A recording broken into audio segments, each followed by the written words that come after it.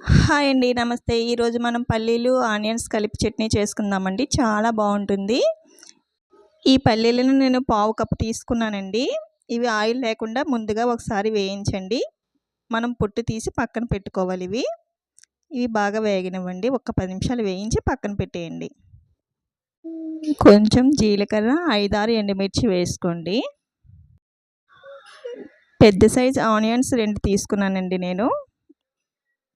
ఇవి బాగా వేగనివ్వండి కలిపి. మంచి గోల్డెన్ కలర్‌గా వచ్చే వరకు ఉంచితే సరిపోతుంది. చూసారు కదా, కలర్ చేంజ్ అవుతుంది కదా! ఇలా వేయించి పక్కన పెట్టుకోండి. మీకు ఇష్టమైతే ఇక్కడ చిన్న చింతపండు వేసుకోండి, వెల్లుల్లి. నేనైతే వేయడం లేదు చట్నీకి. ఇది కొంచెం చల్లారిన తర్వాత మిక్సీ జార్‌లో వేసుకుందాం. ముందుగా మనం రెడీ చేసి పెట్టుకున్న పల్లీలను కొంచెం సాల్ట్ వేసి గ్రైండ్ చేసుకుందాం.